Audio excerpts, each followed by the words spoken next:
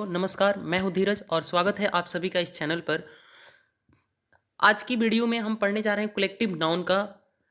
अगर किसी सेंटेंस के मेन वर्ब के सब्जेक्ट के रूप में कलेक्टिव नाउन का प्रयोग हो रहा है तो आपको पता होगा कि कलेक्टिव नाउन से कोलेक्शन की भी बात होती है। और जब कभी भी कलेक्टिव नाउन का प्रयोग यूनाइट के लिए हो, यानी कि यूनिटी के लिए हो, जहाँ पे अनयूनानिमसिटी की बात करें तो वहाँ पे इसे हम सिंगुलर मानते हैं।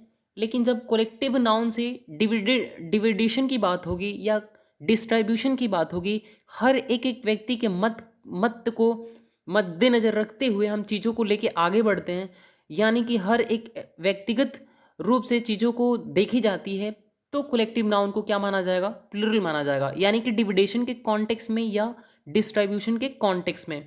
तो कलेक्टिव नाउन का प्रयोग प्लूरल कॉन्टेक्स्ट में किया जाएगा और उसके लिए plural pronoun, plural possessive adjective या प्लूरल पॉजेसिव प्रोनाउन का प्रयोग किया जाता है। लेकिन इन केस ऑफ यूनाइट के कॉन्टेक्स्ट में, ऑन यूनानिमिसिटी के कॉन्टेक्स्ट में, यानी कि यूनानिमस के कॉन्टेक्स्ट में या टोटालिटी के कॉन्टेक्स्ट में, ये कलेक्टिव नाउन को सिंगुलर माना जाता है। और इसके साथ singular verb, singular possessive adjective, singular possessive pronoun या सिंगुलर रिफ्लेक्सिव प्रोनाउन का यूज़ किया जाता है। तो आइए देखते हैं, एक वन बाय वन करके सारी चीज़ों को पढ़ लेंगे और आने वाले एग्जाम्स में हम क्वेश्चंस को बड़े ही स्मूथली सॉल्व करके आएंगे। सो आई होप कि अ, अभी तक की जो एक्सप्लेनेशन रहा आप तक पहुंचा होगा बहुत ही अच्छे तरीके से। जैसे कि कोलेक्टिव नाउन क्या होगा, तो कोलेक्टिव नाउन में जैसे आपके सामने लिख रखा है ब्रैकेट में, टीम, आर्मी, जूरी, कमिटी या पब्लिक, आपके बात कर ले गवर्नमेंट, ओके, स्टाफ, ये सारे ही नाउन सिंगुलर कलेक्टिव नाउन्स होते हैं। इनका यूज सिंगुलर के कॉन्टेक्स्ट में या प्लूरल के कॉन्टेक्स्ट में, दोनों के कॉन्टेक्स्ट में किया जाएगा, लेकिन फॉर्म उनका वही रहेगा। हम टीम को टीम्स नहीं लिख सकते, आर्मी को आर्मीज नहीं लिख सकते, या जूरी को जूरी नहीं लिख सकते, या कमेटी को कमिटीज नहीं लिख सकते। ओके, जैसे कि ये आपके सामने दिया है डिवाइडेड, और इफ पर पर्सन, यदि पर पर्सन की बात मेंशन करा जाए तो इसे प्लूरल साथ, इसके साथ प्लूरल वर्ब का यूज़ करेंगे और प्लूरल प्रोनाउन दे आता है। ओके, लेकिन यदि यूनाइटेड की बात करें या यूनानिमस की बात करें तो इन्हें सिंगुलर माना जाता है और इनके साथ सिंगुलर वर्ब और प्रोनाउन इट आता है। ओके, तो कुछ क्वेश्चंस को हम पढ़ लेते हैं यहीं पर। जैसे कि हमारे सामने एग्जाम्पल्स दे रखा है और ये एग्जाम्पल नंबर फर्स्ट है। ओके, जैसे कि दिया है the jury has given its verdict. Okay, तो यहाँ पे जूरी के बाद ये आने वाली वर्ब हमें ये डिफाइन कर दे रही है कि जूरी का प्रयोग यहाँ पे यूनानिमस के कॉन्टेक्स्ट में किया गया है, इसलिए इसके साथ singular verb, singular positive adjective का यूज किया गया है और ये सेंटेंस अफर्मेटिव है। अफर्मेटिव सेंटेंस होने के कारण क्वेश्चन टॉक नेगेटिव बनेगा, यानी कि the jury has given its verdict hasn't it, क्या हम यहाँ पे यूज करेंगे? Hasn't it. Next, the class is going on. Class में, एक क्लास में बहुत सारे स्टूडेंट्स होंगे, लेकिन उन सारे स्टूडेंट्स की बात एक बार में करी गई है, कलेक्शन को बताया गया है। ओके, इसलिए यहाँ पे ये क्लास सिंगुलर कलेक्टिव नाउन है और सिंगुलर कलेक्टिव नाउन के लिए क्वेश्चन टैग में प्रोनाउन इट का यूज़ करते हैं। इट के पहले हम हेल्पिंग वर्ब यूज़ क्या करेंगे, तो ये प्रेजेंट कॉन्टिन्यूस टेंस है और प्रेजेंट कॉन्टिन्यूस टेंस में सिंगुलर सब्जेक्ट के साथ सिंगुलर वर्ब इज का यूज़ करेंगे। हालांकि सेंटेंस अफर्मेटिव है, इसकी इसीलिए हम इज प्लस नॉट का कंट्रैक्टेड फॉर्म इजंट इट का यूज़ कर लेंगे। तो इजंट इट इसका क्या होगा? क्वेश्चन टॉक बनेगा। आई होप कि थोड़ा सा एक्सप्लेनेशन जरूर लॉन्ग है बट सफिशियंट है। Okay, next, three number question यानी थर्ड नंबर क्वेश्चन है the committee are divided in their opinion. अब देख लीजिए यहाँ पे डिवाइडेशन की बात हो रही है क्योंकि कमिटी वो अपने अपने ओपिनियन में बट चुकी है। ओके, तो डिविडेंड सेंस दे रहा है, डिस्ट्रीब्यूशन के बारे में बात कर रहा है। ओके, अनयूनानिमस नहीं है, यूनानिमस है, हर एक एक पर व्यक्ति की बात करी जा रही है, इसलिए इसको प्लूरल माना जाएगा। मतभेद है तो इसके साथ प्लूरल प्रोनाउन दे का यूज़ करेंगे। हालांकि सेंटेंस अफर्मेटिव है तो क्वेश्चन टॉक में एनोमोलियस फाइनाइट नेगेटिव होगा, तो अरंट दे इसका करेक्ट आंसर हो जाएगा। क्या होगा? थर्ड का अरंट दे। आई होप कितनी बातें क्लियर हुई होगी। नेक्स्ट आगे बढ़ता हूँ। 4, the team took their position for the fielding. आपको पता होगा कि टीम में बहुत सारे प्लेयर्स होते हैं, अब उन प्लेयर्स अपने अपने पोजीशन को ले रखे हैं, तो वहाँ पे डिविडेंड सेंस आ रहा है, यानी कि डिस्ट्रीब्यूशन की बात हो रही है, हर एक एक प्लेयर अपने अपने पोजीशंस को ले रहे हैं, तो वहाँ पे ये टीम क्या हुआ? प्लूरल हुआ। तो the team took there positions for building, didn't they हो जाएगा इसका करेक्ट आंसर। क्या होगा? Didn't they. अगर हम 5 की बात करें, the heard of cows is grazing in the field. अब यहाँ पे काउज का एक समूह के बारे में बात कर रहे हैं ना, उनके एक भीड़, एक समूह की बात कर रहे हैं ना, तो समूह तो क्या है? सिंगुलर काउंटेबल है, सिंगुलर कलेक्टिव नाउन है। और सिंगुलर कलेक्टिव नाउन के लिए हम क्या यूज़ करेंगे? इट यूज़ करेंगे। और हमें एक, अगर हम बात करें कि हमें हिंट कहाँ से मिल रहा है, तो हिंट इज से मिल रहा है। ओके, तो इजंट इट इसका क्या होगा? करेक्ट आंसर होगा। इजंट इट क्यों लगाएंगे? क्योंकि ये सेंटेंस क्या है? अफर्मेटिव है। नेक्स्ट मैं आगे बढ़ता हूँ। आई होप कि बातें आपको क्लियर हो गई होगी बहुत ही अच्छे तरीके से। अगर एक्सप्लेनेशन के लिए कुछ दें तो यहाँ पे पॉइंट में कुछ लिख रखा है कि question tag is made for that part of the sentence. Question tag उस पार्ट, सेंटेंस के उस पार्ट के लिए बनता है विच इज मेन पार्ट, जो कि मेन पार्ट होता है। अगर एक ही सेंटेंस में 2 क्लजेस आ गए हों तो हम उस क्लज के अकॉर्डिंग हेल्पिंग वर्ब यूज करेंगे और सब्जेक्ट यूज करेंगे। जो क्लज मेन क्लज होगा, जो मेन सेंटेंस होगा, उसके अकॉर्डिंग हमें हेल्पिंग वर्ब और सब्जेक्ट का यूज करना होता है क्वेश्चन टैग में। आई होप कितनी बातें आपको क्लियर हो गई होगी। आइए कुछ एग्जांपल्स को देख लेते हैं। ओके, पहला है I think you are right. I think you are right. I think के बाद एक कॉमा दिया है यहाँ पे। ओके, और उसके बाद लिखा है you are right.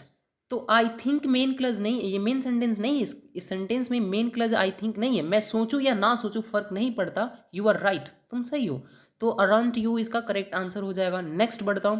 C is one of the students who have passed. वे, वह उन विद्यार्थियों में से है जो अभी पास किए हैं। हम उसकी बात कर रहे हैं, किसकी? सी की। तो इजेंट सी हो जाएगा इसका आंसर, क्योंकि मेन पार्ट सेंटेंस का सी है। ओके, सी पे ही बातें करी जा रही है। नेक्स्ट बढ़ता हूं आगे। I don't think any one will volunteer. मैं सोचूं या ना सोचूं, ये तो क्रिया होगी। ओके, ये तो सेंटेंस टेक प्लेस करेगा, तो इसीलिए हो जाएगा वॉन्ट, वॉन्ट दे। और एनी वन के साथ क्या आएगा क्वेश्चन टैग में? दे।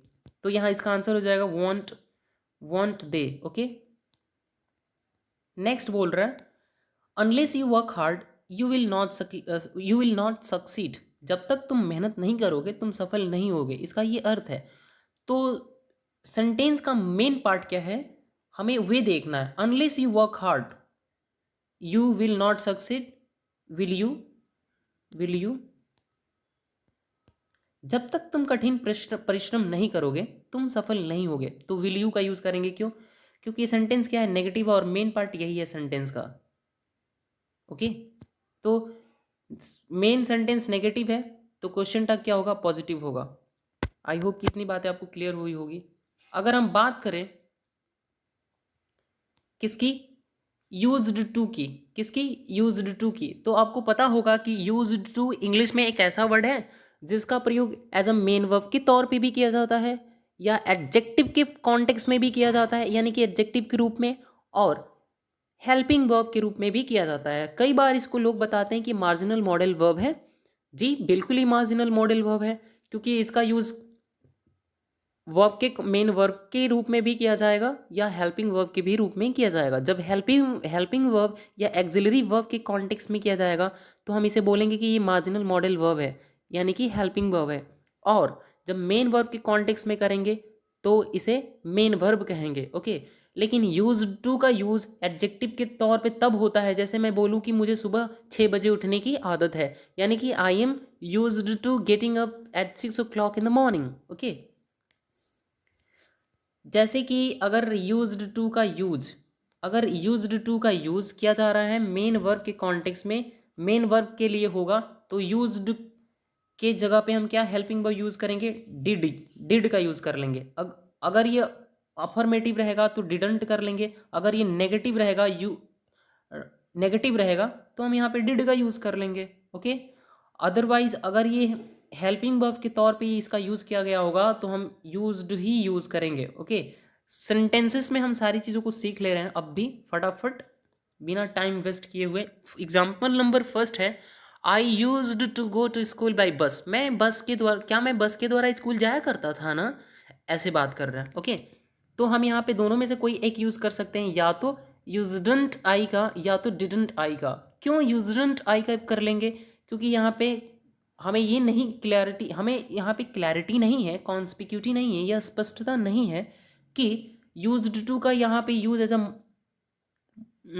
हेल्पिंग वर्ब के कॉन्टेक्स्ट में किया गया है या मेन वर्ब के कॉन्टेक्स्ट में किया गया है। अगर मेन वर्ब के कॉन्टेक्स्ट में किया गया होगा यहाँ पे यूज्ड टू का, तो डिडंट आई का यूज़ कर लेंगे। अगर यूज्ड टू का प्रयोग यहाँ पे हेल्पिंग वर्ब के कॉन्टेक्स्ट में किया गया होगा तो हम यहाँ पे यूज्डंट आई का ही यूज़ करेंगे। आई होप कि आपको इतनी बातें क्लियर हो गई। हालांकि अफर्मेटिव सेंटेंस में तो ये क्लैरिटी नहीं मिलती, इसीलिए हम इन दोनों में से कोई एक बिना हिचक के यूज़ कर सकते हैं। लेकिन अगर ये नेगेटिव में यूज़ किया जाएगा यूज्ड टू का, तो वहाँ पे हमें ये स्पष्ट दिख रहा होगा कि सेंटेंस में यूज्ड टू का यूज़ हेल्पिंग वर्ब के कॉन्टेक्स्ट में है या मेन वर्ब के कॉन्टेक्स्ट में है। सो आगे बढ़ते हैं। और हालांकि ये यूज्ड टू का यूज हम पास्ट के रूटिंग एक्शन को बताने के लिए करते हैं। Past routing action can be expressed by both, हाँ यूज्ड टू के द्वारा भी या सिंपल पास्ट के द्वारा भी। या मैं एक चीज़ अपने तरफ से बता दूं कि पास्ट इंडेफिनिट टेंस के रूटिंग एक्शन के बारे में या रेगुलर एक्शन के बारे में या परमानेंट एक्टिविटी के बारे में जब हम बातें करने लगते हैं तो हम पास्ट इंडेफिनिट टेंस भी यूज़ कर सकते हैं बिना हिचक के, यूज्ड टू का भी यूज़ कर सकते हैं या हम वुड का भी यूज़ कर सकते हैं। आपको पता होगा कि मॉडल के बाद हमेशा ही, कोई भी मॉडल हो उसके बाद हमेशा ही वर्ब की फर्स्ट फॉर्म आती है। ओके, और इधर कोई सब्जेक्ट रह सकता है, जैसे कि I would play cricket early in the morning when I was in Delhi. जब मैं दिल्ली में था तो मैं सुबह 6 बजे क्रिकेट खेला करता था। अब वो क्रिकेट खेलने की आदत मेरी अब नहीं है 6 बजे। ओके, जैसे कि मैं बहुत ज़्यादा घूमा करता था, I used to loiter a lot, I used to visit a lot, या I would visit a lot, या आई विजिटेड अ लॉट। तो इस तरीके के तीनों ही तरीके अपनाए जा सकते हैं पास्ट की रूटिंग एक्शन को शो करने के लिए, रिप्रेजेंट करने के लिए। ओके, आई होप कितनी बातें क्लियर हो गई होगी आपको। यही एक्सप्लेनेशन ना यहाँ पे हिंदी में दे रखा है और ये वाला इंग्लिश में दे रखा है। आप जिसमें कंफर्टेबल हो आप बेहिचक पढ़ सकते हैं। ओके, अब हम कुछ बात करते हैं कि इम्पेरेटिव सेंटेंस के बारे में। ओके, इम्पेरेटिव सेंटेंस के क्वेश्चन टैग को डील करने से पहले मैं आपको बता दूं कि इम्पेरेटिव सेंटेंस हमेशा ही tell, ask, order, command, request, suggest, warn और एडवाइस के बारे में बात करता है। हमेशा ही किसके बारे में बात करेगा? किसी को ऑर्डर देगा, कमांड देगा, एडवाइस देगा, सजेशन देगा। ओके ना, उसके बाद वार्न कर सकता है किसी को। तो इन सारी चीज़ों के बारे में इम्पेरेटिव सेंटेंस ही बात करता है। ओके, और इम्पेरेटिव सेंटेंस की शुरुआत हमेशा ही किससे होगी? वर्ब की फर्स्ट फॉर्म से होगी, या तो लेट से होगी। लेट के बाद हमेशा ही ऑब्जेक्ट आता है, ऑब्जेक्ट के बाद हमेशा ही मेन वर्ब फर्स्ट फॉर्म का प्रयोग करते हैं। जैसे मैं बोलूँ कि अरे यार उसे खेलने दो, प्लीज लेट हिम प्ले, या उसे अंदर मत जाने देना, don't let him go in side, या डोंट लेट हिम गो इन, इस तरीके से यूज करते हैं। ओके, तो इम्पेरेटिव सेंटेंस के बारे में कुछ तो आइडिया आपको लग ही गया होगा। और ये बोल रहा है कि in imperative sentence comma the question tag depends on the mood of the verb और मूड ऑफ द सेंटेंस। तो इम्पेरेटिव सेंटेंस में जो क्वेश्चन टैग होता है उस किस पे डिपेंड करता है? तो वो मूड पे डिपेंड करता है। और किसके मूड पे? सेंटेंस के मूड पे वो डिपेंड करता है। ओके, यहाँ पे हिंदी में बहुत अच्छे से क्लैरिटी के साथ लिख रखा है कि इम्पेरेटिव वाक्यों में वाक्य के मूड पर क्वेश्चन टैग निर्भर करता है। हम कुछ क्वेश्चन टैग देख लेते हैं। इम्पेरेटिव सेंटेंस में बताने से पहले 2-3 फैक्ट आपको बता दूं कि लेट अस से प्रारंभ होने वाले इम्पेरेटिव सेंटेंस के क्वेश्चन टैग में सेल वी का यूज़ किया जाता है और एंड में मार्क ऑफ इंटरोगेशन या इंटरोगेटिव मार्क आता है। इसके अलावा late plus me, you, he, him, her, it, them से शुरू होने वाले इम्पेरेटिव सेंटेंस के क्वेश्चन टैग में विल यू का यूज़ करते हैं। क्यों? क्योंकि वो सजेशन के बारे में बात नहीं कर रहा होता है, इसलिए। ओके, अगर इम्पेरेटिव सेंटेंस से डांट फटकार का बोध हो तो वहाँ पे हम कांट यू का यूज़ कर लेते हैं। जैसे कि क्या तुम अपना पेन यूज़ नहीं कर सकते? Use your own pen can't you, क्या तुम बात करना बंद कर सकते हो ना?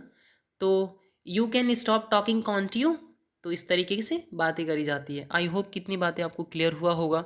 ओके, तो कुछ क्वेश्चंस को देख लेते हैं। पहला है shut your mouth, want you, can't you.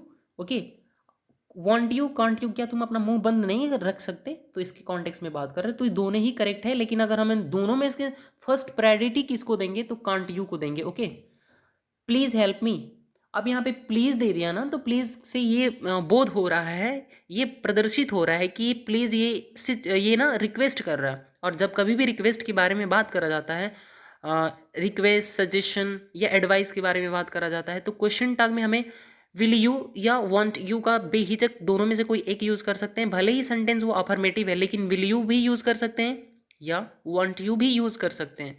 अगर वो नेगेटिव रहता तो हमेशा ही विल यू का यूज़ करते। आई होप कि इतनी बातें आपको क्लियर हुआ होगा।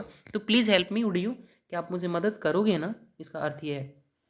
Third, have some coffee would you, क्या आप थोड़ा सा चाय ले लेंगे ना, थोड़ा सा कॉफ़ी ले लेंगे ना, इसके बारे में बात कर रहा है। तो have some coffee would you. और वुड का अगर मैं आपको दो तीन चीज़ें बता दूं कि क्या ही डिफरेंस है वुड में और क्या ही डिफरेंस है वुड में और कुड में। ओके, तो स्टूडेंट्स, वुड का यूज़ हमेशा ही पोलाइट रिक्वेस्ट के बारे में बात करने के लिए किया जाता है। पोलाइट रिक्वेस्ट की हम जब भी बात करते हैं तो हमें क्या यूज़ करना होगा, वुड यूज़ करना होगा। अगर हम यूज़ कर रहे हैं ना कुड, तो कुड हमेशा ही फॉर्मल रिक्वेस्ट के बारे में बात करता है। कौन से रिक्वेस्ट के बारे में, फॉर्मल रिक्वेस्ट के बारे में। बड़ा ही ज़मीन और आसमान का फ़र्क होता है पोलाइट रिक्वेस्ट और ना formal request. Okay, polite request में हम अपने मम्मी पापा से कर सकते हैं, लेकिन जहाँ पे फॉर्मल रिक्वेस्ट की बात आती है तो फॉर्मल रिक्वेस्ट हम अपने किसी भी ना सीनियर अथॉरिटी से करते हैं, सीनियर पीपल से करेंगे। जैसे हम कहीं ऑफिस में जा रहे हैं एंड जैसे कि हमने दरवाज़ा खोला और आप पूछोगे कि सर, क्या सर मैं अंदर आ सकता हूँ, तो आप बोलोगे कि could I come inside sir. तो वहाँ पे इस तरीके से बातें करते हैं। पोलाइट रिक्वेस्ट तो हम अपने सीनियर लोगों से करते हैं जो कि हमारे बहुत ही क्लोज होते हैं। आई होप कि आपको सारी चीज़ें क्लियर हो रही होंगी। बड़े सारे लोग यूज़ कर देते हैं कैन, रिक्वेस्ट कर रहे होते हैं और यूज़ करते हैं वो कैन, तो रॉन्ग है। वहाँ पे हमें यूज़ करना होता है मे, क्योंकि मे का हमेशा ही प्रयोग करते हैं रिक्वेस्ट विद रिस्पेक्ट। जब हम किसी व्यक्ति से रिक्वेस्ट करते हैं और वो भी रिक्वेस्ट के साथ, यानी कि अगर हिंदी में बोले तो विनम्रता के साथ जब हम निवेदन करते हैं, विनम्रता के साथ जब हम निवेदन करते हैं किसी से, तो वहाँ पे हम ना मे का यूज़ करते हैं। लेकिन जब हम किसी से फ्रेंडली रिक्वेस्ट करते हैं, यानी कि दोस्ताना निवेदन, तो वहाँ पे हमें क्या यूज़ करना होता है जी, वहाँ पे हमें यूज़ करना होता है कैन। बहुत ही अच्छे तरीके से मैंने दोनों ही कॉन्सेप्ट को क्लियर किया है आप सभी के समक्ष। आई होप कि ये वीडियो आपको बहुत ही प्यारा लग रहा होगा, और प्लीज़ इस चैनल को सब्सक्राइब करें, लाइक करें और शेयर करें, और अपने दोस्तों के बीच ज़्यादा से ज़्यादा शेयर करें, ताकि ये मेरा वीडियो हर एक उन ज़रूरतमंद लोगों तक पहुँचे जिनको इंग्लिश सीखने की नीड है, और उनको इंग्लिश की नीड है उनके डे टू डे लाइफ में, उनके दिन प्रतिदिन जीवन में। ओके, सो आगे बढ़ता हूँ। Never ever go there will you, क्या तुम वहाँ कभी नहीं जाओगे ना। देख लीजिए सेंटेंस ये क्या है, कमांड के बारे में बात कर रहा है, कमांड दे रहा है, और इसके अलावा ये सेंटेंस नेगेटिव है, इसीलिए हम क्वेश्चन टैग पॉजिटिव यूज करेंगे विल यू, ना कि want you. Okay, let him go, उसे जाने दो, क्या आप उसे जाने देंगे ना। तो let him go would you, यहाँ पे ना पोलाइट रिक्वेस्ट के बारे में बात कर रहा है। ओके, नेक्स्ट 6 है लेट अस गो सैलवी। अब मैंने अभी कुछ ही समय पहले ही बताया था, कुछ ही क्षण पहले बताया था कि लेटस से प्रारंभ होने वाले, किससे, लेट प्लस अस से प्रारंभ होने वाले इंपेरेटिव सेंटेंस के क्वेश्चन टैग में हमें यूज करना होता है सैलवी। आई होप कितनी बातें आपको क्लियर हो गया होगा। Okay, would is used in polite request. अब मैंने कुछ ही समय पहले बताया था ना कि वुड का यूज किसके लिए करते हैं, पोलाइट रिक्वेस्ट के बारे में बात करने के लिए करते हैं। सी मॉडल से बहुत बता रहा है, मॉडल्स को देखो। ओके, ओहो, बहुत ही मेन पॉइंट पे आ गए हैं हम, प्रीवियस ईयर क्वेश्चंस। और एक चीज़ बता दूं, इन प्रीवियस ईयर क्वेश्चन को सॉल्व करने से पहले मैं बता दूं कि अब मैं जितने भी क्वेश्चंस को आपके सामने आपके समक्ष डिस्कस करने जा रहा हूं, एक्सप्लेन करने जा रहा हूं, आपको बड़े ही ध्यान से सारी बातों को अपने माइंड में ग्रैप करना है, क्योंकि ये सारे ही दिए गए क्वेश्चंस किसी ना किसी एग्जाम में पूछ रखा है। ओके, ये सारे क्वेश्चंस मैंने अपने घर से नहीं लाया, ये सारे ही क्वेश्चंस देख लीजिए, आपके समक्ष लिखा है एसएससी स्टैटिस्टिकल इन्वेस्टिगेटर्स में पूछा है। और कब पूछा है, तो 2016 में पूछा गया ये क्वेश्चन है। कंटिन्यू करते हैं आगे। अब कुछ क्वेश्चन देखते हैं। ओके, देखते हैं क्या ही दम रखते हैं ये सारे क्वेश्चंस। ओके, एक एक को उड़ाते हैं फटाफट। क्वेश्चन नंबर फर्स्ट है, she pretends as if she has never in her life comma told a lie. वह इस तरीके से प्रिटेंड करती है मानो वो अपने जीवन में कभी झूठ बोली ही ना हो। ओके, बोली ही ना हो। ओके, तो मेन सेंटेंस में मैंने आपको कुछ ही समय पहले बताया कि अगर सेंटेंस दो क्लज से मिलके बना है तो मेन क्लज के अकॉर्डिंग हमें हेल्पिंग वर्ब और सब्जेक्ट को चुनना होता है। तो इसमें मेन सेंटेंस है सी प्रिटेंस, वो इस तरीके से प्रिटेंस करती है मानो उसने अपने लाइफ में कभी झूठ ही ना बोला हो। तो मेन सेंटेंस का अगर हम देखें कि टेंस कौन सा है, तो ये प्रेजेंट इंडेफिनिट टेंस है। ओके, सब्जेक्ट सिंगुलर है तो हमें हेल्पिंग वर्ब भी क्या लेनी है, सिंगुलर लेना है। तो डजंट सी इसका आंसर हो जाएगा। ये इसमें पार्ट नंबर किसमें एरर है, पार्ट नंबर ना थर्ड में एरर है, पार्ट नंबर थर्ड में एरर है। यहाँ पे इजंट इट के जगह पे क्या होगा, डजंट सी होगा। क्या होगा, डजंट सी होगा। आई होप कि आपको ये चीज़ें क्लियर हुई होगी। तो इसका क्वेश्चन नंबर फर्स्ट का जो एरेनियस पार्ट है वो 3 है और इसका करेक्शन क्या होगा, doesn't see. Next, the earth moves round the sun, isn't it. Part number में बता दूं थर्ड में एरर है। ओके, पार्ट नंबर थर्ड में एरर है क्योंकि प्रेजेंट इंडेफिनिट टेंस की बात कर रहे हैं और सब्जेक्ट सिंगुलर है। हालांकि सेंटेंस क्या है, अफर्मेटिव है, तो क्वेश्चन टैग कैसा होगा, नेगेटिव होगा। तो डजंट इट हो जाएगा। ओके, क्या होगा, डजंट इट हो जाएगा, डजंट इट हो जाएगा। Okay, next third number question देखते हैं। He is not the fastest bowler in the Indian team.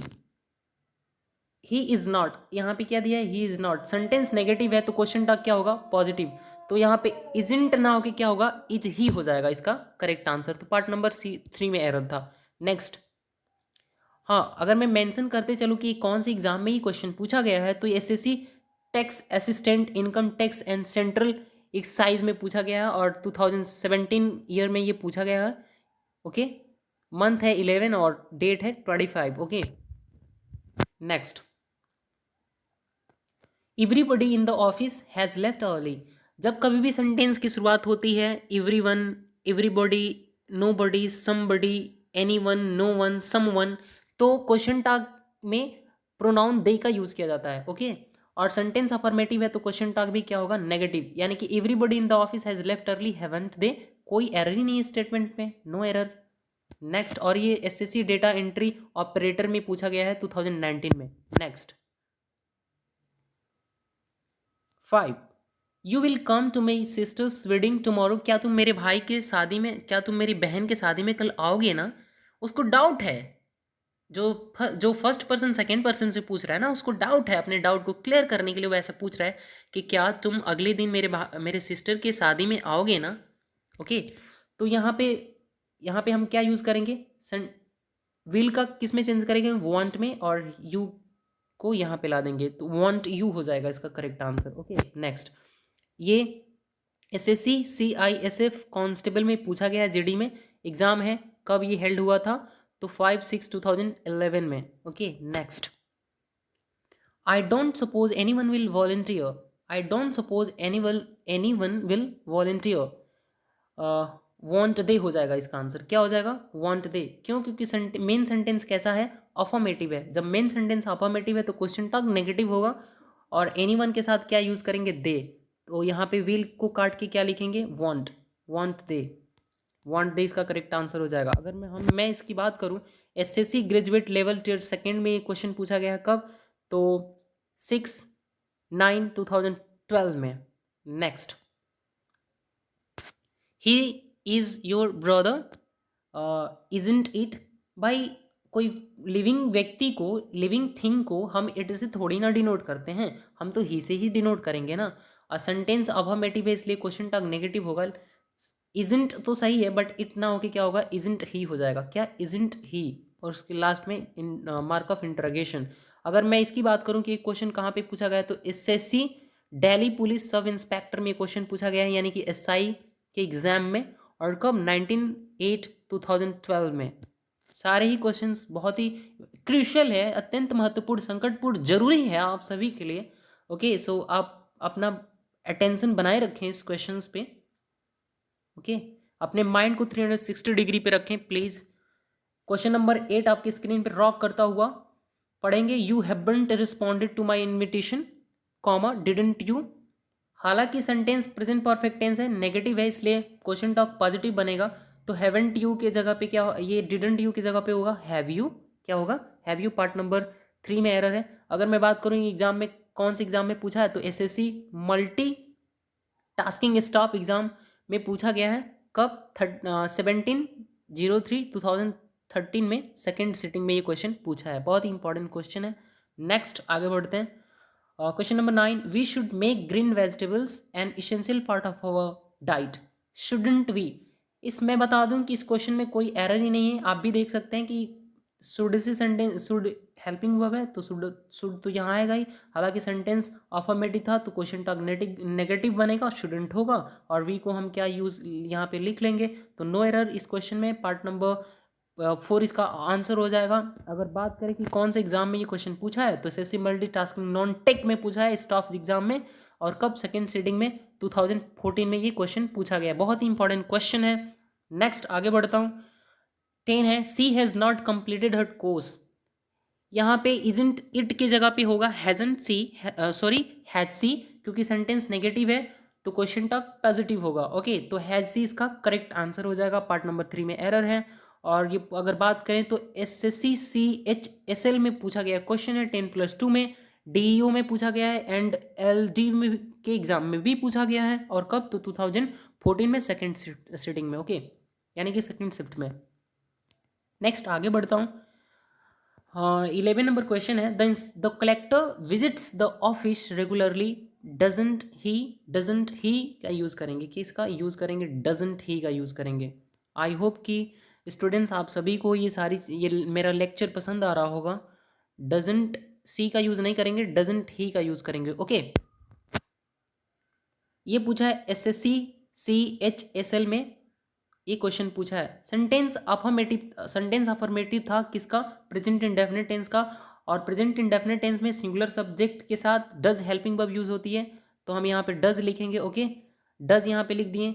और फिर सेंटेंस अफर्मेटिव था तो नेगेटिव इसको बनाएंगे क्वेश्चन टॉक को, तो डजंट हो गया। उसके बाद कोलेक्टर क्या है? एक कॉमन नाउन है, लेकिन अगर बात करते हैं कॉमन नाउन मेल भी होगा, फीमेल भी होगा, यानी कि मस्कुलिन जेंडर भी होगा, फेमिनाइन जेंडर भी होगा। लेकिन हम पूरे इंडिया की बात करें तो लोग बोलते हैं कि इंडिया एक प्रधान पुरुष देश है, लेकिन ये गलत बात है। ग्रामेरियंस ने कहा कि अगर कॉमन नाउन है किसी सेंटेंस का सब्जेक्ट, कॉमन नाउन ही किसी सेंटेंस का सब्जेक्ट है और हमें जेंडर नहीं पता, तो हम प्रायोरिटी मैस्कुलिन जेंडर को देते हैं। और इसी वजह से यहाँ पे हमें ही लिखना पड़ गया। ठीक है, आई होप कि इतनी बातें आपको क्लियर हुई होगी। अगर मेरा लेक्चर स्पीड ज़्यादा हो मेरे बोलने का तो प्लीज़ इस लेक्चर को आप कॉन्टिन्यूसली एक बार में, अगर सारी चीज़ें क्लियर ना हो तो 2 बार देखें। ओके, इससे बाहर कहीं नहीं आने वाला, मैं इतना बता दूंगा आप सभी को। नेक्स्ट क्वेश्चन नंबर 12 को देखते हैं। क्वेश्चन नंबर 12 है, you have prepared well for the examination. क्या आपने एग्जामिनेशन के लिए अच्छे से प्रिपेयर करी है ना, इसका ये अर्थ है। तो प्रेजेंट परफेक्ट टेंस है और सेंटेंस अफर्मेटिव है तो क्वेश्चन टॉक नेगेटिव जाएगा, तो हो जाएगा हैवंट यू। क्या इसका आंसर हो जाएगा? Haven't you. पार्ट नंबर 3 में एरर है और इसका करेक्शन हो जाएगा हैवंट यू। और अगर बात करें तो एसएससी CGL में पूछा गया 2016 में, बहुत ही रिसेंटली ये क्वेश्चन पूछा गया 13 अगस्त मॉर्निंग शिफ्ट में। ओके, 13 अगस्त को मॉर्निंग शिफ्ट में। नेक्स्ट, अब यहाँ पे मैं आपको बता दूं कि यहाँ पे इस तरीके से एरर पूछने का तरीका ये चेंज हो गया। यहाँ पे 2019 में ये क्वेश्चन इवनिंग शिफ्ट में पूछा है, स्टेनोग्राफर में 2018 में पूछा है, और फिर 2019 के इवनिंग शिफ्ट में पूछा है। ओके, और स्टेनोग्राफर में ये क्वेश्चन बहुत ही इंपॉर्टेंट है आप सभी के लिए, क्योंकि आप ईयर देख लो, ईयर मेंशन है, ये बहुत ही रिसेंटली पूछा गया है। ओके, तो 13 नंबर क्वेश्चन है, you could find our house easily. You could find our house easily, तो यहाँ पे हम डिडंट यू का यूज़ कैसे कर सकते हैं भाई साहब? हमें तो यूज़ करना पड़ेगा कुडंट यू, क्योंकि मेन सब्जेक्ट क्या है? कुड है सेंटेंस का।